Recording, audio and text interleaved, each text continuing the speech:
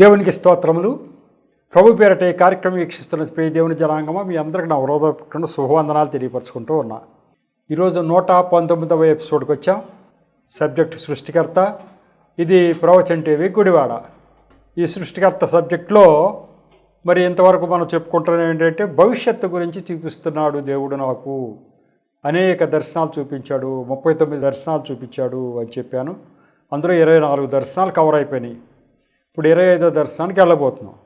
ఎందుకు ఈ భవిష్యత్తు గురించి తీసుకున్నాము అంటే, పండిట్ ధర్మప్రకాష్ శర్మ గారికి భవిష్యత్తు గురించి చూపించగలిగిన దేవుడు ఈయనే అని తెలిసి ఆయన ప్రభు వైపు వచ్చినటువంటి సందర్భాన్ని పట్టుకుని, మరి ఆయన 8 సంవత్సరాల వయసులో ఉండగా ఆయనకి 24 సంవత్సరాల వయసు వచ్చిన తర్వాత ఏ అమ్మాయిని పెళ్లి చేసుకుంటాడో అప్పటికి ఆమె రూపం ఏంటో ఆయనకి చూపించాడు. ఈయనకి 8 సంవత్సరాల వయసు ఉన్నప్పుడు ఈయన చేసుకోవాల్సిన భార్య అప్పటికేదో 1-2 సంవత్సరాల వయసు ఉంటుంది. 8 సంవత్సరాల వయసు అంటే 8 సంవత్సరాల వయసు ఆయనకి ఎవరిని చూపించాడు? ఒక యవ్వన స్త్రీని చూపించాడు. 16 సంవత్సరాల యవ్వన స్త్రీని చూపించాడు. ఆ స్త్రీ మధ్య మధ్యలో చూపిస్తూ వచ్చాడు. ఈయనకి 24 ఏళ్ళు వచ్చిన తర్వాత ఆ అమ్మాయి యాక్చువల్గా ఆయనకి ఎదురుపడింది. అరే, ఈ అమ్మాయి చిన్నప్పటి నుంచి నాకు దర్శనంలో కనపడుతుంది, ఈ అమ్మాయి అని చెప్పి ఆమెను పలకరించడం, తర్వాత పెళ్లి చేసుకోవడం జరిగింది. ఇలా చూపించిన ఆయన ఎవరు? ఆ సృష్టికర్త ఎవరో ఆయన గ్రహించి ఆయన ప్రభు వైపుకి వచ్చాడు. మరి ఆయన ధర్మప్రకాష్ శర్మ గారికి 1-2 చూపించాడేమో, కానీ నాకైతే భవిష్యత్తు గురించి 39 చూపించాడు. అందుకే అవన్నీ మీకు చెప్తున్నాయి. ఇదంతా జ్ఞానం మీకు రంగరించిపోయటం కోసం. ఈ విషయాలన్నీ తెలియాలిగా. దేవుడు ఇలా మాట్లాడతాడు. దేవుడు వర్తమాన భూత భవిష్యత్ కాలాలన్నీ కూడా ఆయనకి తెలుసు. ఆయన సృష్టికర్త, సృష్టిని ఏలుతున్నవాడని తెలియాలనే ఉద్దేశంతో మీకు చెప్పుకుంటూ 24 దర్శనాలు అయిపోయింది. 25వ దర్శనానికి వద్దాం. ఈ కోవలో అంటే భవిష్యత్తు గురించి నాకు చూపించింది 25వ దర్శనం మీకు చెప్తాను. అది 78, 79 2 దర్శనాలు ఒక్కరోజే వచ్చినాయి. అవి ఆ 78, 79 2 కూడా ఈ కోవలోకి వచ్చినవి. రెండింటికి కలిపి ఒకటే ఎక్స్ప్లెనేషన్ మీకు చెప్తాను. ఇది 29/5/2019లో వచ్చింది ఈ దర్శనం. ఇదివరకు చెప్పుకున్నది ఏంటంటే, డాక్టర్ ఆనంద స్థిరా గారు నాకు దర్శనంలో చూపించారు. భోజనం చేయటానికి కూడా మరి వీల్లేనంత స్వార్థ పరిచర్య నువ్వు చేయవలసిన ముందు రోజుల్లో అని చెప్పారు. అది అలాగే ఆయన చెప్పినట్టు వెంటనే అది అమల్లోకి వచ్చేసింది. వెంటనే 2019 నుంచి అలా చేస్తూ వస్తున్నా. ఈ 2019లోనే నేను విపరీతంగా సువార్త ప్రకటిస్తున్న రోజుల్లో 2019 జనవరి నుంచి విపరీతంగా సువార్త ప్రకటన జరుగుతూ ఉంది. మరి 5వ నెలలో 29/5/2019 ఒక దర్శనం వచ్చింది నాకు. అది 78 నాకు పుస్తకంలో సంఖ్య. తెల్లవారుజామున కలలో ఒక దర్శనం ఎలా వచ్చింది. ఒక గుడ్డి ఆయన జాతకం చెబుతున్నారు. నా నంబరు చెప్పమన్నారు. గుడ్డి ఆయన అంటే కొంచెం అలికిడి మనిషి, ఇక్కడ ఉన్నాడు అట్లా చూసి అంత కొంచెం దృష్టి ఉంటుంది కావచ్చు. ఒక గుడ్డి ఆయన జాతకం చెబుతున్నాడు. నన్ను నా నంబర్ చెప్పమన్నాడు. మీ నెంబర్ ఎంత అండి అన్నాడు నన్ను. ఉద్యోగం చేస్తున్నప్పుడు నాకు ఒక నెంబర్ మా సంస్థ ఏపీఎస్ఆర్టీసీలో ఉంది, కానీ అది గుర్తుకు రావడంలా. మామూలుగా ఆర్టీసీలో ఉద్యోగస్తులకు అందరికీ ఒక సీరియల్ నెంబర్ ఒకటి ఉంటుంది. నా సీరియల్ నెంబర్ అయితే 56,514. అన్ని కేటగిరీస్కి కొత్తగా ఉద్యోగంలో వచ్చిన వాళ్ళందరికీ కూడా ఒక నెంబర్ కేటాయిస్తూ ఉంటారు. అంటే నేను ఆర్టీసీలో చేరే నాటికి 56,514 మందిని ఆర్టీసీలో చేర్చుకున్నట్టు లెక్క. అప్పటికి వచ్చిన వాళ్ళు రిటైర్ అయిపోతూ ఉంటారు. ఇక ఆ నెంబర్లు ఇంక వేరే వాళ్ళు కేటాయించరు. ఇట్లా సీరియల్ వెళ్తూనే ఉంటుంది. కాబట్టి ఆర్టీసీలో ఒక నెంబర్ ఉంటుంది ఏ మనిషికైనా. కాబట్టి నాకు ఒక నెంబర్ ఉంది. ఆయన నెంబర్ అడిగా కానీ నెంబర్ గుర్తు రావట్లేదు నాకు. నేను చెప్పలేకపోవటం చూచి ఆయనే నా నెంబరు 42,462 అని చెప్పేశాడు. ఇంత ఖచ్చితంగా నా నెంబర్ ఆయనకి ఎలా తెలిసిందని ఆశ్చర్యపోతున్నాను. చెప్పగానే కరెక్టే అంటున్నా. అంటే ఏంటి? ఆర్టీసీలో నెంబర్ కాదు, దేవుడి దగ్గర ఒక నెంబర్ ఉంది. దేవుడి దగ్గర చేరే వాళ్ళందరికీ మరి ఆ లెక్కలు ఏమున్నాయో నాకు తెలియదు, కానీ దేవుడి దగ్గర ఒక నెంబర్ ఉంది. కాబట్టి ఆ నెంబరు 42,462 అని చెప్పగానే, అరే, నాకు ఇంత ఖచ్చితంగా నా నెంబరు ఆయన ఎలా తెలిసిందని ఆశ్చర్యపోతున్నాను. ఆయన చెప్పిన నెంబరు నా ఉద్యోగంలో నెంబర్ కాకపోయినా అది నా నెంబరే అని అనిపిస్తుంది. నేను ఆర్టీసీలో ఉద్యోగం చేసే నెంబర్ వేరు, అది కాకపోయినా ఆయన చెప్పిన నెంబరే కరెక్ట్ అని అనిపిస్తుంది నాకు. అంటే ఏంటి? పరలోకంలో నా నెంబర్ అదన్నమాట. మరలా ఆయన తన ఎదురుగా ఉన్న ఇద్దరిని గురించి ఎలా చెబుతున్నాడు. ఆయన దగ్గర ఎదురుగా ఇప్పుడు మనం ఎట్లా ఉన్నామో అట్లాగే ఇద్దరు ఉన్నారు. అది చెప్పేసినట్టు మసక కనపడుతుందని చెప్తున్నా, కానీ ఆయన గుడ్ ఆయన అంటున్నారు. జాతకాలు చెబుతున్నాడు. ఏదో మనుషులు అలికిడి తగిలినట్టు ఉంటుంది కదా, చాలా తక్కువ చూపుతో. అది చూసి ఆయన చెప్పేస్తున్నాడు. ఆ ఎదురుగా ఇద్దరు ఉన్నారట. ఇద్దరుంటే మళ్ళీ ఆయన ఎదురుగా ఉన్న ఇద్దరిని గురించి ఇలా చెప్తున్నాడు. ఒక అతనిని చూచి ఇతడు ఇప్పుడే చనిపోతాడు అన్నాడు. ఇది చూడండి, ఇతడు ఇప్పుడే చనిపోతాడు అన్నాడు. నా కళ్ళెదురుగానే అతను పని చెడిపోయి నేను చూస్తున్నా. ఇప్పుడే చనిపోతాడు అన్నాడు. నా కళ్ళెదురుగానే అతడు పడి చనిపోయాడు. ఆయన అన్నాడు, ఈయన పడి చనిపోయాడు. ఇంకో ఆయన నా ఎదురుగా నిల్చున్నాడు. ఇంకో ఇద్దరు ఉన్నారని చెప్పే కదా. ఒక ఆయన అన్నాడు, ఈయన చచ్చిపోతాడు ఇప్పుడు అన్నాడు, చచ్చిపోయాడు నా కళ్ళ ఎదురుగా. ఇంకో ఆయన ఉన్నాడు, ఇంకో ఆయన ఎదురుగా నిల్చున్నాడు. అతడు ఎర్రగా ఆరోగ్యంగా ఉన్నాడు. వయసు 30 సంవత్సరాలు ఉంటాయి. ఇంకో ఆయన మంచి ఆరోగ్యవంతుడు, యవ్వనస్తుడు, 30 సంవత్సరాల వయసు, మంచి ఆరోగ్యంగా బలంగా ఉన్నాడు. ఆ కుర్రాడు 30 సంవత్సరాలు ఉంటాయి వయసు. ఆయన చూసి ఈయన ట్యాబ్లెట్ వేసుకోగానే చనిపోతాడు అంటున్నాడు. ఈయన మసకగా కనపడి చూసేటువంటి గుడ్డి ఆయన ఈయన అన్నాడు, ఈయన ఒక ట్యాబ్లెట్ వేసుకుంటాడు చనిపోతాడు ఈయన కూడా అంటున్నాడు. అది ఎలా జరుగుతుందని అనుకుంటున్నా. ఇదేంటి ఇట్లా అన్నాడు? ఒక ఆయన చచ్చిపోతాడంటే చచ్చిపోయాడు. ఇంకో ఆయన కుర్రాడు యవ్వనస్తుడు, అతను చూసి ఈయన ఒక ట్యాబ్లెట్ వేసుకుంటాడు అప్పుడు ఈయన చనిపోతాడు అంటున్నాడు. అది ఎట్లా జరుగుతుందని నేను అనుకుంటున్నా. ఆ 30 సంవత్సరాల వయసున్న ఆయన కూడా మాటలు విని నవ్వుతున్నాడు. ఏంటి ఎట్లా చెప్తున్నాడు నా గురించి? నేను చచ్చిపోతా అంటాడేంటి, నేను ఏదో ట్యాబ్లెట్ వేసుకోవటం ఏంటి, నేను చచ్చిపోవటం ఏంటి అని నాకు ఆశ్చర్యంగా ఉంది. ఆయన కూడా నవ్వుతున్నాడు. ఏంటి ఎట్లా అంటున్నాడు అనుకున్నాడు. కాసేపు ఆగి ఒక ట్యాబ్లెట్ క్యాజువల్గా నోట్లో వేసుకున్నాడు. మరి ఎందుకు కుసేపు ఆగాడు. ఆగి ఏదో ట్యాబ్లెట్ ఇట్లా మింగాడు. మిగతా అప్పుడప్పుడు వేసుకుంటూ ఉంటారు కదా చాక్లెట్లు లాగా, ఒక ట్యాబ్లెట్ ఏదో వేసుకున్నాడు. క్యాజువల్గా నోట్లో వేసుకున్నాడు. బయటికి నడుస్తున్నాడు. వేసుకున్నాడు మామూలుగా బయటికి నడుస్తున్నాడు. ఇక చనిపోతూ పడిపోతున్నాడు. ఇట్లా తూలిపోయి పడిపోతున్నాడు. వెళ్ళేసుకున్నాడు, బయటికి వెళ్తున్నాడు, కానీ తూలిపోయి పడిపోబోతున్నాడు. అది చూసి నాకు డౌట్ వచ్చేసింది. ఇందాక చచ్చిపోతాడు అనగానే చచ్చిపోయాడు, ఈయన కూడా బెళ్ళేసుకోగానే చచ్చిపోతాడు అన్నాడు కదా, ఈయన కూడా తూలిపోతున్నాడు. అది చూసి నేను వెళ్ళకిలా పడి, ప్రభువా నువ్వే కాపాడాలి, ఇక ఆయన చనిపోబోతున్నాడు అని బిగ్గరగా ఏడుస్తున్నాను. ఇక నేను కింద పడిపోయి వెళ్ళకలా పడిపోయి, మన పిల్లలు ఎలా కొట్టుకుంటారు కాళ్ళు చేతులు పైకి పెట్టి అంటామే అట్లా ఇక నేను గిలగిలా కొట్టుకుంటున్నా, వెళ్ళకెలా పడిపోయి ప్రభువా నువ్వే కాపాడాలి, ఇక ఆయన చనిపోబోతున్నాడు అని బిగ్గరగా ఏడుస్తున్నా. అయ్యా నువ్వే కాపాడాలయ్యా, ఆయన చచ్చిపోయేటట్టున్నాడు ఈయన కూడా అని చెప్పి నువ్వే కాపాడాలని బిగ్గరగా ఏడుస్తున్నా. నేను వెలకెలా పడి చేతులు పైకి చాచి కాళ్ళతో గిలగలా కొట్టుకుంటూ చిన్నపిల్లవాడిలా ప్రాధేయపడుతున్నాను. ప్రభా ఆయన్ని రక్షించండి అయ్యా చచ్చిపోయేటట్టున్నాడని చిన్నపిల్లాడు ఎలా ఏడుస్తాడో అలా ఏడుస్తున్నా. వెళ్ళకిలా పడి ఎంతో భయంతో వణికిపోతున్నా. ఇంతలో మెలకు వచ్చేసింది. ఇదండి ఈ కళ. ఇదే 29/5/2019 వచ్చినటువంటి కళ. ఈ కళ ఏంటి?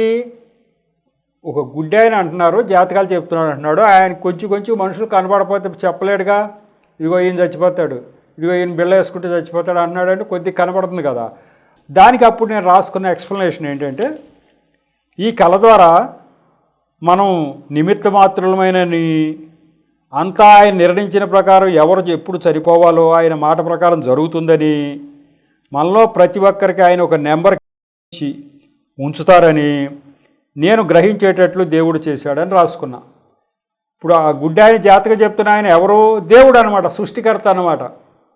మనం ఆయన ఎక్కడ చూస్తాడులే, దేవుడు ఎక్కడో ఉంటాడు, ఆయన మనల్ని చూస్తాడా అనుకుంటాంగా, ఆయనకి మనం కనపడతామా అనుకుంటాంగా. అందుకనే గుడ్డి ఆయన అంటున్నాం. ఆయన జాతకం చెప్తూ ఆశ్చర్యంగా ఈయనే గుడ్డి ఆయన, ఈయన జాతకం అంటే చెప్తాడు అంటున్నాం కదా. కానీ ఆయన చచ్చిపోతున్నాడు, ఎవరు చచ్చిపోవాలంటే చచ్చిపోతున్నారు. అప్పుడు నాకు అర్థమైంది, ఈయన సామాన్యమైన మనిషి కాదు, ఈయన సృష్టికర్త, ఆయన ఏదంటే అది జరిగిపోద్దని అర్థమవుతుంది. ఇది పైగా నెంబరు, నాకు నెంబర్ ఇచ్చారు కదా, ఇదిగో నీ నెంబర్ ఎత్తా అన్నాడు. ఇదిగో ఈ నెంబర్ వచ్చినప్పుడు ఏ నెంబర్ వాడు ఎప్పుడు వెళ్ళిపోవాలో ఉంటుందేమో లెక్క. నా నెంబర్ వచ్చినప్పుడు నేను వెళ్ళిపోతాను కావచ్చు. కాబట్టి నా నెంబర్ ఇది. కాబట్టి మనుషులకి ప్రతివాడు చచ్చిపోయే ముందు దేవుడు ఒక నెంబర్ కేటాయిస్తాడు. ఆ నెంబర్ ప్రకారం పరలోకం నరకం నెంబర్లు వేరే ఉంటాయి, పరలోకం నెంబర్లు వేరే ఉంటాయి. మరి ఆ సీరియల్ ఎలా కానీ నాదైతే 42,462 అని చెప్పేశాడు కదా. అప్పుడు నాకు అర్థమైంది, ఇదిగో దేవుడి దగ్గర లెక్కలు ఉన్నాయి కావాలో, ఆయన ఎప్పుడు ఎవరిని తీసుకెళ్ళిపోవాలో వెళ్ళిపోతాడో అనుకుంటున్నాను. అట్లయింది. అదే రోజు రాత్రి మళ్ళీ 29/5/2010 అదే రోజు రాత్రి మరలా పండుకున్న తర్వాత మరొక కల వచ్చింది. ఆ కళలో దర్శనం ఎలా ఉంది మరి ఇప్పుడు చూసారా? ఇట్లా వచ్చిందా? భయం వేసిపోతుందిగా. అయ్యా ప్రభువా ఏంటి ఎలా అని చెప్పేసి, మీరే కాపాడాలి, ఆయన చచ్చిపోతున్నాడు అన్నామా, మెలకు వచ్చేసింది. నేను ఎప్పుడైనా మెలకు రాగానే వెంటనే రాసేసుకుంటా కళ. ఆ రోజు మెలకు రాగానే భయంతో వణికిపోతున్నా, ఏడుస్తున్నా కదా, రాసేసా. ఏమని? ఎలా వచ్చింది నెంబర్తో సహా. అప్పటికప్పుడు గుర్తుండాలి కదా. ఇట్లా ఒక ఆయన ఎట్లా చెప్పాడు, నీ నెంబర్ ఎంత అన్నాడు, ఒకటి చచ్చిపోయాడు, ఇంకోటి చచ్చిపోతున్నాడు, ఇలా వచ్చిందని రాసుకుని మళ్ళీ పడుకున్నా. మళ్ళీ పడుకున్న తర్వాత మళ్ళీ దర్శనం వచ్చేస్తుంది. ఒకటి కల్లో దర్శనం ఎలా వచ్చింది? ఒక పెద్ద నాణెము నా ముందు వేలాడుతూ కనబడుతుంది. ఎంత నాణ్యమని నాకు కనపడుతుంది. ఇంత పెద్ద గోడ గడియారంలో పెద్ద సైజు ఉంటాయా, ఎంత నాణ్యం. అది నాణ్యం నా ముందు వేలాడుతుంది. ఆ నాణ్యం సైకిల్ చక్రం అంత ఉంది. అది మామూలు సైకిల్ మనం సైకిల్ తొక్కుతాం కదా, కరెక్ట్గా సైకిల్ చక్రం అంత ఉంది ఆ నాణ్యం. దాని మీద 2 పక్కల రాత కలిగి ఉన్నది. ఆ నాణ్యం మీద ఇటు రాసి ఉన్న అక్షరాలు అటుపక్క కూడా రాసి ఉన్నాయి. అది ఎట్లా తిరుగుతుంది. అప్పుడు తిరుగుతా ఉంటే నాకు ఇటు కనపడుతుంది అక్షరాలు, అటు కనపడుతుంది అక్షరాలు, నా కళ్ళ ముందు కనపడుతుంది నాణ్యం. అదే ఇందాక చెప్పిన నెంబర్ నాణ్యము అని అంటున్నారు. అక్కడ ఉన్న వాళ్ళు అంటున్నారు, ఇందాక చెప్పారే నెంబర్ మీకు, ఆ నెంబర్ నాణ్యం అదే అండి అంటున్నారు. ఎవరు? అక్కడ ఉన్నవాళ్ళు. అంటే నీ నెంబరు 42,462, దానికి ఒక నాణ్యం ఉంది. నాణ్యం మీద అటుపక్క ఇటుపక్క రాసి ఉంది. అది మీది. అంటే దాంట్లో ఏమేమి రాసి ఉన్నాయో అవన్నీ నేను చేస్తానన్నమాట. అవన్నీ చేసిన తర్వాత వెళ్ళిపోతానన్నమాట. కాబట్టి దాంట్లో అదే ఇందాక చెప్పిన నెంబర్ నాణ్యం అంటే ఇందాక కళ్ళలో అది. ఇప్పుడు 2 కళ్ళు ఇవి. ముందు దర్శనంలో ఒక నెంబర్ చెప్పాడు, అదంతా అయిపోయింది, పడుకున్నా. మళ్ళీ ఇందాక చెప్పామే నెంబర్ ఒకటి చెప్పామే, అదే ఈ నాణ్యం అంటున్నారు. మళ్ళీ ఇప్పుడు ఇందాక చెప్పిన నెంబర్ నాణ్యం, ఆ కాయిన్ ఇదే అంటున్నారు. ఇంతలో మెళకు వచ్చేసింది. మళ్ళీ లేచా. మళ్ళీ ఇదేంటి, ఇందాక వచ్చింది దర్శనం, మళ్ళీ దాని కంటిన్యూషనేగా ఇది. ఇందాక చెప్పిన నెంబరే అంటున్నారు కదా. ఒకటి చూపించేస్తున్నాడు, దాని మీద 2 పక్కల అక్షరాలు రాసి ఉన్నాయి అని చెప్పాను. మెలకు వచ్చాయి. ఈ కళ ద్వారా నేను రాసుకున్న ఎక్స్ప్లెనేషన్. ఈ కళ ద్వారా మన జీవితం అంతా దేవుడు రాసిన వ్రాత తప్పకుండా జరుగుతుందని, మనం నిమిత్త మాత్రమని నేను అర్థం చేసుకున్నానని రాశా. నేను రాసుకున్నది ఏంటంటే అర్థమైపోయింది. నాకు నెంబర్ ఉంది, ఆ నెంబర్ నాణ్యం ఒకటి ఉంది, దాని మీద రాసి ఉన్నాయి. ఆ రాసిందంతా దాంట్లో ఏముంటుందో అదంతా నేను చెయ్యాలి అని నాకు అర్థమైపోయింది కదా. అప్పుడు మన జీవితం అంతా కూడా ఆయన రాసినటువంటి రాత ప్రకారం, ఆ నాణ్యం మీద ఏమైతే రాశారో దాని ప్రకారమే వెళుతుంది. మనం దాని ప్రకారం చేసేవాళ్ళమే. ఇక మన చేతుల్లో ఏమి ఉండదు. దేవుడు రాసేసాడు రాత దేవుడు రాసేసాడు మనది.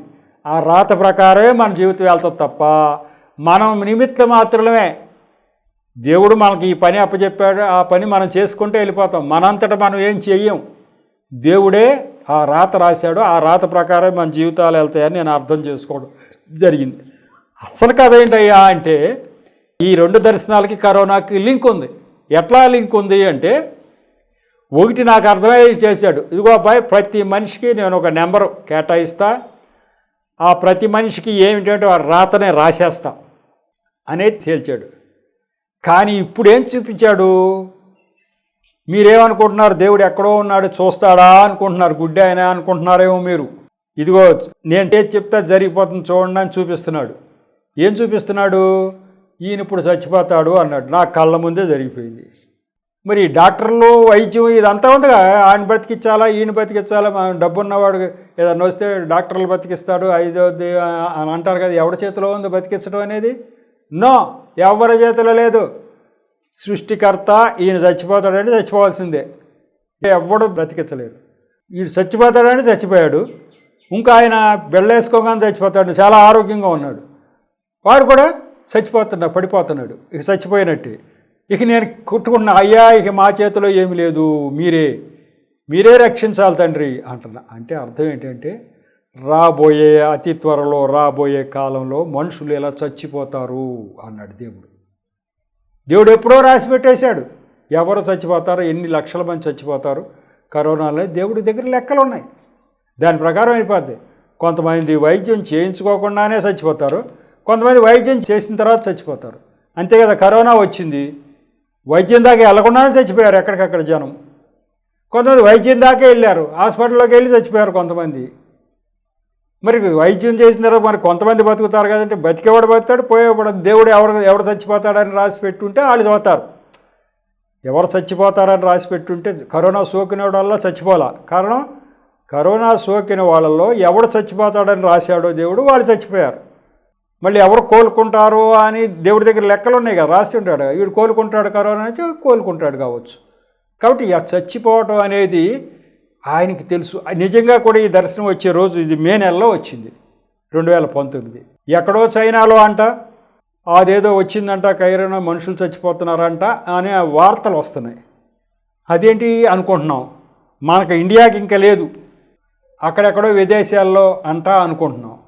మనకు ఆ ప్రమాదం లేదు అనుకున్నాం. ఇప్పుడు ఎక్కడో యుద్ధాలు జరుగుతూ ఉంటాయి, అక్కడ మనుషులు చచ్చిపోతూ ఉంటారు. మనకేమన్నా అవుతుందా? ఏం కాదుగా, అట్లా అనుకుంటున్నాం. ఏదో ఫలానా చైనాలో అంట, ఫలానా ఇట్లా వచ్చి ఏదో జబ్బు వచ్చి చచ్చిపోతున్నారట, మనకేం భయం అనుకుంటాం కదా, మనకి ఇక్కడే ఉంటుంది అనుకుంటాం. కానీ ఇది కరోనాకి లింక్ అని మనకి తెలియదు. నేను అందుకని అప్పుడు అట్లా రాసుకోవడం జరిగింది. దేవుడు ఈ చేతిలో ఏం లేదబ్బాయి, నేను ఎట్లా అంటే అట్లా జరుగుతుంది. మీరు ఎవడు చావాలో, ఎవడు బతకాలో, ఎవడు ఏ పని చేయాలో, ఎవడు ఏ పని చేయరు, అదంతా కూడా నేను రాసిన రాత ప్రకారం జరుగుతుంది. మీకు ఒక నంబర్ కేటాయించడం అనేది నేను అర్థం చేసుకోవడం జరిగింది. కానీ ఇది మే నెలలో జరిగింది, 2019. నేను సువార్త విస్తారంగా ప్రకటిస్తున్నప్పుడు జూన్ నుంచి భోజనం చేయటానికి కూడా టైం లేకుండా నువ్వు చేయాలని వచ్చింది డిసెంబర్లో. జనవరి నుంచి పెట్టాం. జనవరి నుంచి మరి 5 నెలలు కంటిన్యూస్గా జరుగుతూ ఉంది. అప్పుడు ఈ దర్శనం వచ్చింది. దీని గురించి మరి ఏం అంతకంటే నాకు అప్పటికి తెలియలా.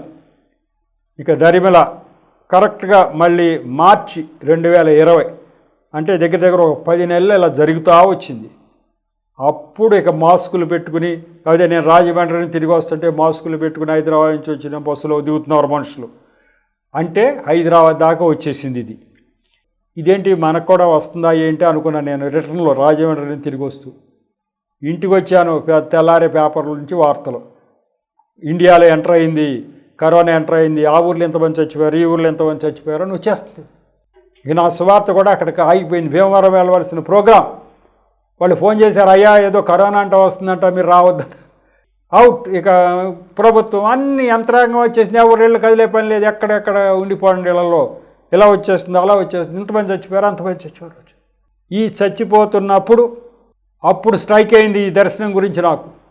అమ్మో, అప్పటికి ఎన్ని నెలల క్రితం వచ్చింది అది, ఇది మార్చిలో చచ్చిపోవడం మిగిలింది. 10 నెలల క్రితం ఈ దర్శనం వచ్చింది. అంటే ఈ దర్శనం వచ్చి ఎన్నాళ్ళ తర్వాత అమలుపరచబడింది? 10 నెలల తర్వాత అమల్లోకి వచ్చింది. ఒక దర్శనం వస్తే అది రేపైనా రావచ్చు, సంవత్సరం తర్వాత జరగవచ్చు, ఎప్పుడుంది. ఇది 10 నెలల తర్వాత ఈ కరోనా వస్తుంది అనేది ముందుగానే మనకు సూచించాడు దేవుడు. ఇది కరోనా వస్తుందని ముందుగానే మనకి బయలుపరచడానికే ఈ 2 దర్శనాలు నాకు చూపించినట్టున్నారని అప్పుడు అర్థమైంది. కానీ పుస్తకంలో ఇది కరోనా మరి వస్తుంది అనే విషయాలు రాయలేదు. ఎందుకు రాయలేదు? అంత కలకలంగా ఉంది. మరి ఈ బుక్ ప్రింట్ చేసింది కూడా 2020 చివరిలో. అంత కలకలంగా ఉంది. అట్లా ఉంది. ఈ కరోనా అసలు ఎందుకు వచ్చింది? దేవుడికి తెలియదా? దేవుడు ఎందుకు ఊరుకుంటున్నాడు? ఎందుకు కరోనా అరికట్టలేకపోతున్నాడు దేవుడు? యేసుప్రభు వారే గొప్ప అని అంటారు కదా, మరి మీ దేవుడు ఎందుకు కంట్రోల్ చేయట్లా? మీ పాస్టర్లు ఎందుకు చచ్చిపోతున్నారు? మీ విశ్వాసులు ఎందుకు చచ్చిపోతున్నారు? ఇట్లా విమర్శలు వస్తున్నాయి. ఏ దేవుడు కరెక్ట్ అసలు అనుకుంటున్నారు. అప్పుడు మనం ఏమి దాన్ని అంటానికి వీలవుద్ది? ఏమీ తెలియదు. కానీ విషయం ఏంటంటే దేవుడికి తెలియకుండా ఏది జరగదు. కరోనా వస్తుందనే విషయం దేవుడికి తెలుసు, దేవుడికి తెలియకుండా జరగలేదు అది. కాబట్టి ఎవరు చచ్చిపోయినా ఎవరు చచ్చిపోలేదు అన్నా అది ఆయన ఏ రాత రాశాడో ఆ రాత ప్రకారం వెళ్ళింది. అందులో క్రైస్తవుడని ఇంకొక మతమని ఇంకో మతమే సంబంధం. ప్రపంచమంతా ఆయన పిల్లలే, ఆయన సృష్టిలే. ఆ సృష్టిలో ఎవరు చచ్చిపోవాలని రాసి పెట్టుంటే వాళ్ళు చచ్చిపోతారు. వాళ్ళు క్రైస్తవులే కానీ ఇంకొకలే కానీ. కాబట్టి ఆయన చిత్తం అది. మరి ఎందుకు రావాలి అంటే, ఎందుకని మనం ఎవరు? ఆయన ఇచ్చాడు కదా, నిర్గమాకాండంలో చెప్పాడు. నేను కరుణించి వారిని కరుణించేదను, ఎవరి అందరూ కనికరపడదును వారి ఎందుకు కనికరపడదును. నేను ఏదంటే అది జరుగుతుంది. ఇప్పుడు జాతకం చెప్పి ఆయన ఏమంటున్నాడు, ఇదిగో నేను చెప్తున్నాను చూడు అది చచ్చిపోతున్నాడు అన్నాడు, అంతే చచ్చిపోయాడు. అంటే ఇక అది ఆయన సృష్టికర్త ఇష్టం. మరి అప్పటికి మనం ఏం కంక్లూజన్గా రాలేదు. కానీ మనుషులకి మన శక్తికి మించి ఒక శక్తి ఉందని తెలియచేయాలని దేవుడి ఉద్దేశం అయి ఉండాలి. జననశింపు కూడా కొంత అవ్వాలని ఉంది. అప్పుడు దేవుడు ప్రణాళిక ఉంది. అయితే దేవుడు ఆయన సూపర్ పవర్ ఉన్నాడు. ఆ దేవుడు ఎవరో తెలుసుకోవాలి. ఆ దేవుడు ఆజ్ఞ ప్రకారమే ఎవరైనా మనిషి బ్రతకడం చావటం జరుగుద్ది అనే విషయం మనుషులు గ్రహించాలి. లేకపోతే ఏమనుకుంటారు, మనం ఏదైనా రోగం వస్తే డాక్టరే దేవుడు, డాక్టర్ బతికిస్తాడు, లేకపోతే లేదు అనుకుంటారు. కానీ అసలు దేవుడు ఒక ఆయన ఉన్నాడు, ఆయన ఒక రాత రాశాడు, ఆ రాత ప్రకారం వెళ్తుంది అని ఎవరు గ్రహించరు కదా. ఇది ఎట్లా సడన్గా కొన్ని లక్షల మంది చచ్చిపోవటం జరిగితే ఇది ఎట్లా జరిగింది, ఎంతమంది డాక్టర్లు ఎంత వైద్యం ఉన్నా కూడా ఇది ఎట్లా జరిగింది అంటే మన చేతిలో లేదన్నమాట. ఇదేదో మన వైద్యం దీనికి బియాండ్, దీనికంటే వెనక్కి ఇంకేదో ఉంది, ఒక శక్తి ఉంది అని మనుషులు గ్రహించాలి. ఆ శక్తి ఎవరు, ఆ దేవుడు ఎవరు, ఏ దేవుడు కరెక్టు, అసలు మనం దేన్ని పడితే దాన్ని దేవుడు అనుకోవచ్చా అనుకోకూడదా, అసలు సత్యం ఏంటి, అసలు దేవుడు ఎవరు అనే కనుక్కోవటానికి మనిషికి కొంత చేయటానికి కూడా ఇది ఉపయోగపడుతుందని దేవుడు ఆలోచన ఉండవచ్చు. ఒక ప్రణాళిక ప్రకారం అది జరిగింది. ఎంతమంది చచ్చిపోవాలని రాసిపెట్టి ఉందో అంతమంది ఆ దేవుడు ప్రణాళిక ప్రకారమే జరిగింది అనేది మనం కంక్లూడ్ చేయొచ్చు ఈ రెండు. కాబట్టి ఒక దర్శనం వచ్చిందంటే ఆ దర్శనం అది ఎప్పుడు జరుగుతుందని మన చేతిలో లేదు, కానీ ఖచ్చితంగా జరిగిపోవటం జరిగింది. ఈ రెండు దర్శనాలు కూడా కరోనాలో మరి బయలుపడినాయి. ఓహో దేవుడి ఎంత, నాకు తెలిసినటువంటి ఒక భూస్వామి గారు ఒక ఆయన ఉన్నాడు, ఆయన విషయంలో కూడా మరి నేను వెళ్ళి ఆయనకి సువార్త ప్రకటించి వచ్చే దేవుడు చెప్తే మరి ఎందుకో లింకు అట్లా వెళ్ళిపోతుంది.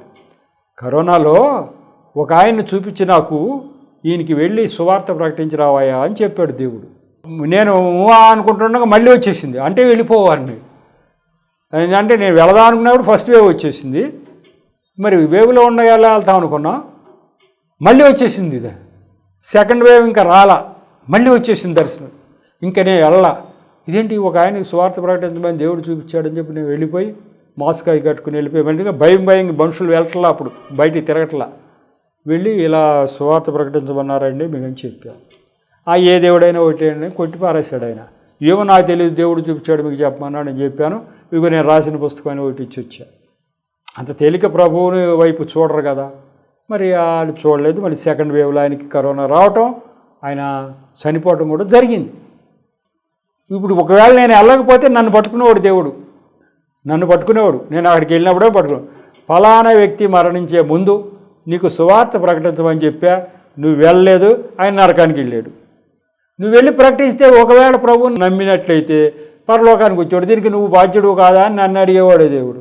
కాబట్టి నేను నా వల్ల లోపం లేకుండా ఆయన చెప్పాడు, చెప్పినప్పుడు నేను వెళ్ళాను, చక్కగా చెప్పాను. ఆయన వెళ్ళలేదు, నా బుక్ ఇచ్చాను, చదువుగా అన్నాను, చేశాను, వెళ్ళలేదు. మళ్ళీ సెకండ్ వేవ్ రానే వచ్చింది, ఆయన చనిపోయింది. దేవుడి ఉద్దేశం ఏంటంటే ఒక మనిషి చచ్చిపోతాడు అనేది ఆయనకి తెలుసు, ఆయన సెకండ్ వేవ్లో చనిపోతాడు అనే విషయం దేవుడు తెలుసు. అయితే ఈలోగా ప్రభువుని అంగీకరించటానికి ఒక ప్రయత్నం చేయించాడు నాతో. ఎందుకంటే ఏ ఆత్మ అయినా సరే నరకానికి వెళ్ళడం దేవుడికి ఇష్టం ఉండదు. పైగా ఆ భూస్వామి గారు చాలా మంచి వ్యక్తి, అందరికి సాయం చేసే గుణం ఉన్న మంచి వ్యక్తి. కానీ దేవుడి విషయంలోనే ఆయన ప్రభు అంటే గిట్టదు, అది ఒక్కటే లక్షణం. కాబట్టి ఆయన ఏం చేశాడు దేవుడు, ఒకవేళ ఏమైనా వింటాడేమో, చనిపోవడం ఆయన ఆయన రాసేసాడు కదా, చనిపోవటమే కాకపోతే ఈయన పరలోకం రావాలా నరకం రావాలా అన్నదాన్ని, ఒకవేళ పరలోకం ఆయన వస్తాడేమో, ఎవరితోనో స్వార్థ ప్రకటింపజేద్దాం అనుకున్నాడేమో, దేవుడు 2 సార్లు దర్శనం చూపించి స్వార్థ ప్రకటన చేయించాడు. చేయించిన తర్వాత వాళ్ళు వినకపోతే దేవుడికి ఏం చేయడు, వింటే విను లేకపోతే లేదు. అయితే పరలోకం నరకం నీ చేతిలోనే ఉంది, కాకపోతే సువార్త మట్టికి నీకు అందేటట్టుగా చేస్తాడు దేవుడు. ఏంటంటే దయ, జాలి. లేకపోతే ఎందుకు ఆ యేసుప్రభు మాకు వద్దన్నవాడి దగ్గరికి మనల్ని ఎందుకు పంపాలి, వద్దన్నవాడు వదిలేయలేడు, ఆయన పిల్లలే వాళ్ళు కూడా. పైగా వాళ్ళంటే నాకు బాగా ఇష్టం అని అంటున్నాడు దేవుడు. తర్వాత దర్శనాల్లో ఉంది, వాళ్ళంటే నాకు బాగా ఇష్టం అబ్బాయి అని అన్నాడు అంతే. కాబట్టి ఆయన ఇట్లా కరోనా రావడం వెనక ఎన్నో రకరకాల కారణాలు ఉన్నాయి. ప్రజలు గ్రహిస్తారేమో. అప్పుడు ఫస్ట్ వేవ్ అయింది కదా నేను వెళ్ళి చెప్పేటప్పటికి అయినప్పుడు మరి గ్రహింపు ఉండొద్దా? దేవుడన్న ఆయన ఒక ఆయన ఈయనకి దర్శనం చూపించి ఆయన నేను ఇదివరకు చూడాల, ప్రాక్టికల్గా ఆయన పేరు వెంటనే ఆయన చూడాల, కానీ దేవుడు నాకు ఆయన చూపించేశాడు. చూపించేసి ఆయనకి చెప్పమన్నాడు.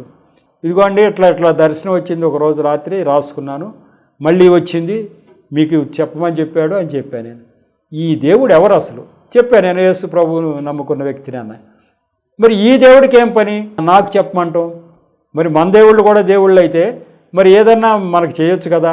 అప్పుడు ఫస్ట్ వేవ్ అయిపోయింది అంటే కరోనాలో కొన్ని లక్షల మంది చచ్చిపోయారు. అప్పటికి మరి జనం చచ్చిపోతున్నారు, ఒక దేవుడేమో నాకు ఇచ్చి సువార్త ప్రకటించమన్నాడు.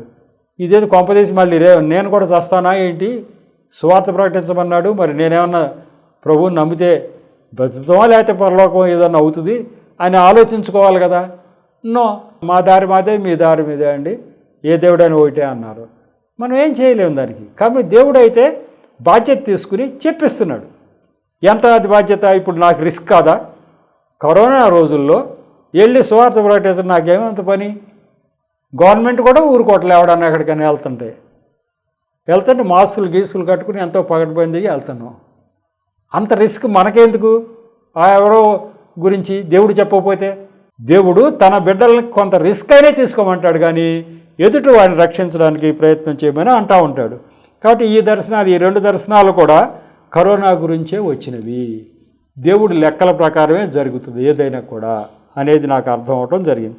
అన్నిటికన్నా ముఖ్యంగా ఈ దర్శనాలు నాకు చూపించడం అంటే నా భాగ్యంగా భావిస్తున్నాయి. ఎవరికి ఉందండి ఇటువంటి భాగ్యం? దేవుడు మాట్లాడటం ఎవరన్నా ఎరుగుదురా? ఇట్లా మాట్లాడటం, నువ్వు వెళ్ళి పలానా ఆయనకి సువార్త ప్రకటించడం, ఇగో పలానా రోజున పలానా ఇలా జరగబోతుందని ముందే చెప్పేయటం ఎక్కడ ఎవరికన్నా ఉందా? కాబట్టి ఇది నా భాగ్యంగా నేను భావిస్తూ ఉన్నా. కాబట్టి 25వ దర్శనం ఇంతటితో మరి అయిపోయినట్లు లెక్క. ఇది అమల్లోకి ఎప్పుడు వచ్చింది? కరోనా 10 నెలల తర్వాత వచ్చింది. ఇది చూపించిన తర్వాత 10 నెలలకి కరోనా వచ్చేసింది. నేను అమలైపోయింది కదా, ముందుగానే చెప్పేశాడు కదా. ఏ దేవుడు చెప్పగలుగుతాడు ఏం జరుగుతుందంటే ఈ దేవుడు చెప్పగలడు. బైబిల్ గ్రంథంలో దేవుడు ఒక్కడే చెప్పగలడు. ఏది వచ్చినా ఇదిగో ఇది వస్తుంది, ఇది పోతుంది అని చెప్పగలిగిన దేవుడు బైబిల్ గ్రంథంలో దేవుడే. తర్వాత ఇక్కడ దీనికి ఇంకొక చిన్న లింక్ ఉంది. ఈ కరోనా సంగతి ఏమో కానీ అంతకుముందు ఈ కరోనా వచ్చి దెబ్బతిన్న తర్వాత కరోనా మరి మీకేమన్నా సోకిందా ఏంటి అని మీరు అనవచ్చు. దగ్గర కరోనా నాకు వచ్చినట్టుగానే లెక్క. 2/8/2020 విపరీతమైన జ్వరం వచ్చేసింది నాకు. ఆ జ్వరం తల పగిలిపోయే అంత జ్వరం అంత వచ్చేసింది. జనం కరోనా బారిన పడుతున్నారు. అప్పటికి నాకు కరోనా వచ్చేసింది అని భయపడిపోతున్నా. తెల్లవారుజామున 4 గంటల వరకు కూడా ఆ యొక్క తీవ్రత, ఆ జ్వరం విపరీతంగా ఉంది. ఇక కొంచెం కునుకు పట్టింది. అప్పుడు ఒక చిన్న దర్శనం చూపించాడు దేవుడు. ఆ దర్శనం ఏంటి అంటే, నీకు కరోనా సోకేది వచ్చింది కానీ నేను తప్పిస్తున్నానని చూపించాడు. అది ఎట్లా చూపించాడు మరి అది కూడా చెప్పాలి మీకు. కరోనా వచ్చింది ఆ రోజు వచ్చింది, ఆ రోజునే దర్శనం, దాన్ని నేను తప్పిస్తున్నాను అని చెప్పి. సముద్రం పొంగి ఉప్పెన వచ్చేసింది. అంటే ఇళ్ళన్నీ కొట్టుకుపోవాలి. ఎంత ఎత్తుగా పొంగింది. నేను మా ఇంట్లో సత్రపాలెం మా ఇంట్లో ఉంటే నాకు కనపడుతుంది, తాడి చెట్టు అంత ఎత్తున సముద్రం పొంగుకుంటూ వచ్చేస్తుంది. మొత్తం ఇళ్ళన్నీ ఊడ్చుకుపోతాయి, ఇక ఏం ఉండవు. అది వస్తుంది. ఇది వస్తుంటే నాకు కనపడుతుంది ఇక్కడ దర్శనంలో.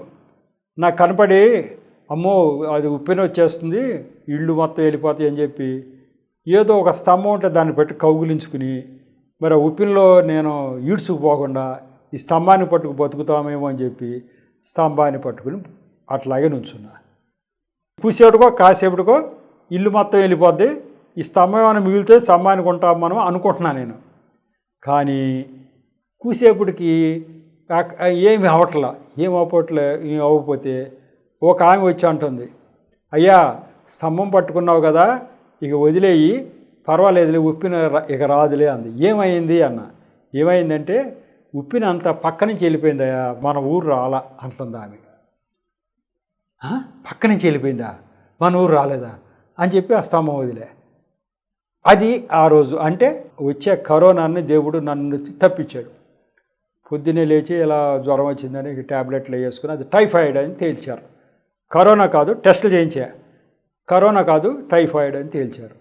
కాబట్టి అయితే కరోనా అవ్వాలి, దేవుడు ఆ రాత్రికి ముట్టాడు, నన్ను ముట్టి కరోనా నుంచి తప్పించేశాడు. ఆ రకంగా జరిగింది. ఆ రోజు మొదలుకొని ఆగస్టు 2వ తారీఖున అది ఆ రోజు మొదలుకొని ఇదిగో కరోనా మనల్ని తాకింది. దేవుడు నన్ను ముట్టకపోతే నేను చనిపోయేవాడినే. కానీ అప్పటికి ఒక దర్శనం ఉంది.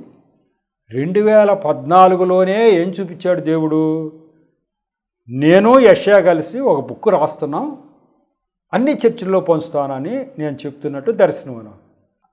మనమేం పుస్తకం రాస్తాం, దేవుడు దర్శనం చూపించాడులే అని ఊరుకున్నాం. అది 2020 వచ్చేసి 6 సంవత్సరాలు అయిపోయింది.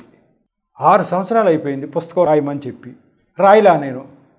ఇక ఈ జరిగిన తర్వాత భయం, అమ్మో దేవుడు పుస్తకం రాయమని చెప్పాడు, 6 సంవత్సరాలు అయిపోయింది, నేను పట్టించుకోవాలా. మొన్న చచ్చిపోతే ఏమయ్యేది? మొన్న కరోనా సాగి చచ్చిపోతే ఆయన మాట ప్రకారం నేను రాయకుండా చచ్చిపోయేవాడిని కదా అని చెప్పి ఆగస్టు అయిపోగానే విజృంభించేసి ఇక బుక్ మొత్తం రాసేసి ప్రింటింగ్ ఇచ్చేసి అక్టోబర్ ఆ ప్రాంతానికి వచ్చేసినాయిలే. అక్టోబర్ 2020 కల్లా 5,000 పుస్తకాలు ప్రింట్ చేసి వచ్చేటట్టుగా ఏర్పాట్లు చేసేసా. అంత భయపడిపోయా, కరోనా వచ్చి చచ్చిపోయేవాడిని, పుస్తకం రాయమన్నాడు దేవుడు రాయిలా అని చెప్పి అప్పటికప్పుడు నేను విజృంభించి ఆ పని చేశా. ఎందుకంటే మన కళ్ళ ముందు కనపడతాం, మనకు వచ్చింది, ఇక చచ్చిపోవాల్సిన వాడినే, కానీ దేవుడు కాపాడాడు, అది చూపించాడు నాకు. ఎందుకు కాపాడి ఎందుకు చూపించాడంటే ఇదిగో నేను బతికుండాలి, ఆ పుస్తకం రాయాలి, ఈ టీవీ ప్రసారాలు చేయాలి, ఉందిగా నా గీత రాసిన రాత, నా నెంబర్ నాణ్యం ఉంది కదా, ఆ నెంబర్ మీద ఏవో ఉంటాయి, నేనేం చేయాలో ఇవన్నీ ఉండుంటాయి, ఇవన్నీ చేయాలని ఉందిగా, అందుకని బతికిచ్చాడు. లేకపోతే కరోనాలో అవుట్ మనం. అట్లా దేవుడు దర్శనాన్ని చూపించి మరీ చెప్తున్నాడు ఎప్పటికప్పుడు, ఇది అబ్బాయి అని చెప్పి. వెంటనే నాకు భయం పట్టి వెంటనే బుక్ ప్రింట్ చేయించాను. నిజంగా లేకపోతే అంత త్వరగా బుక్ ప్రింట్ చేయి, బుక్ రాయటం మన వల్ల అవుద్దా, మనం ఏమవుద్దిలా అని ఊరుకునేవాడిని. కానీ అప్పటికప్పుడు నేను అవంతా చేయటానికి ఆ భయం అనేది నాకు కలిగిపోయింది. కరోనా తాకి పోవటం వల్ల ఈమెయిల్ జరిగింది. ఈమెయిలు దేవుడు చెప్పిన పని అది పోస్ట్ పోన్ చేయకోకుండా చేయడం జరిగింది. ఆ తర్వాత ఇంకా బలంగా నేను గ్రహించింది ఏంటంటే, 2వ వేవ్లో భూస్వామి గారు, నేను సువార్త ప్రకటించి వచ్చిన భూస్వామి గారు చనిపోయినప్పుడు అప్పుడు ఇంకా బాగా అర్థమైంది. ఇగో దేవుడికి ముందే తెలుసు ఫలానా ఆయన చనిపోతాడని. చనిపోయిన తర్వాత యేసు ప్రభువుని అంగీకరించకపోతే నరకానికి వెళ్ళటం గ్యారంటీ అనేది దీనివల్ల తేలింది. ఆ నరకానికి వెళ్లకుండా ఉండాలంటే ఖచ్చితంగా మనం యేసు ప్రభువుని అంగీకరించి తీరాలి. అందుకే దేవుడు నా ద్వారా సువార్త ప్రకటింపచేశాడు అని అర్థమైంది బాగా.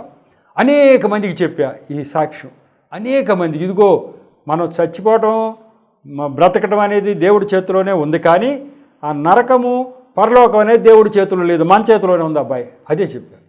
నువ్వు ఎవరు చావాలని దేవుడు అంటే వాళ్ళు చచ్చిపోతారు, నో డౌట్, ఇక ఆగదు అది. కాకపోతే చచ్చిపోయిన తర్వాత నరకానికి పరలోకం వెళ్ళాలా అన్నది బట్టి మన చేతిలోనే పెట్టాడు, ఆయన చేతిలో లేదు అది. ఆయన పెట్టుకోవాలా, నా దగ్గర పెట్టుకోలేదు అబ్బాయి. నువ్వు నరకం రావాలో పరలోకం రావాలో నీకే ఇచ్చేసా, నా దగ్గర పెట్టుకోలేక.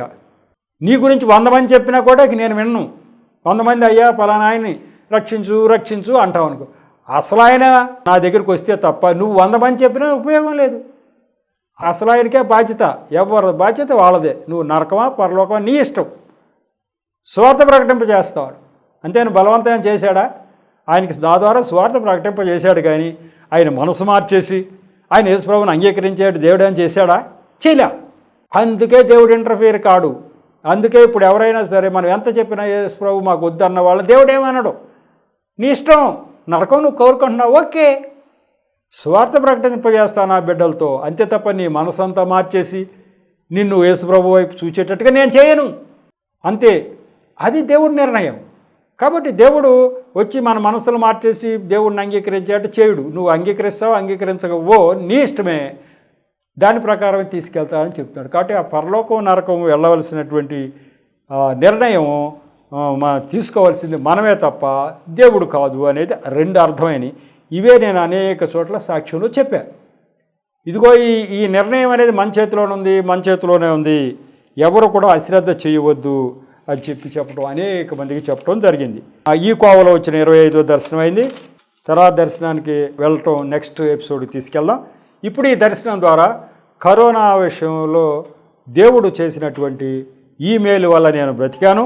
అంతేకాకోకుండా నాకు జ్ఞానం ఇంకా విస్తారంగా ఇంప్రూవ్ అయ్యింది. అనేక మందికి ఈ విషయాలను చెప్పి వాళ్ళని దేవుడు ఎవరో తెలుసుకునే విధంగా నడిపించడానికి ఉపయోగపడింది. దేవుడి యొక్క మాటల సాక్ష్యాన్ని దీవించును గాక. మరి చిన్న ప్రార్థన చేసి ముగిస్తా. కృపగల దేవా, మహాపరిశుద్ధుడా, ప్రేమగల తండ్రి, ప్రభా మీకు వందనాలు స్తోత్రాలు చెల్లించుకుంటున్నాను తండ్రి. ఈరోజు ఈ యొక్క ప్రభా 119వ ఎపిసోడ్ను కూడా తగిన నడిపింపు మీరు ఇచ్చారు తండ్రి. అంతేకాకుండా నన్ను మరుగుపరిచి నా నోటి ద్వారా మీరు మాట్లాడారు. అంతేకాకుండా ప్రభా బిడ్డలకు అర్థమయ్యే శక్తిని దయచేశారు. ఈ విషయాలు అనేక మందికి చెప్పి అనేక మందికి ప్రభా సర్వశక్తుడైనటువంటి ఆ సృష్టికర్త వైపు చూడటానికి తగిన విధంగా ప్రభా సువార్త ప్రకటించలాగా సహాయం చేయమని ప్రార్థిస్తున్నాను. నిరంతరము మీ కృప మా అందరి మీద నుంచి ఆశీర్వదించమని మా ప్రభువును రక్షకుడైన యేసు నామములో పరమ తండ్రిని ప్రార్థించి వేడుకుంటున్నా తండ్రి. ఆమేన్. మరొకసారి మీ అందరికీ నా హృదయపూర్వక శుభవందనాలు తెలియపరచడం. వందనాలు.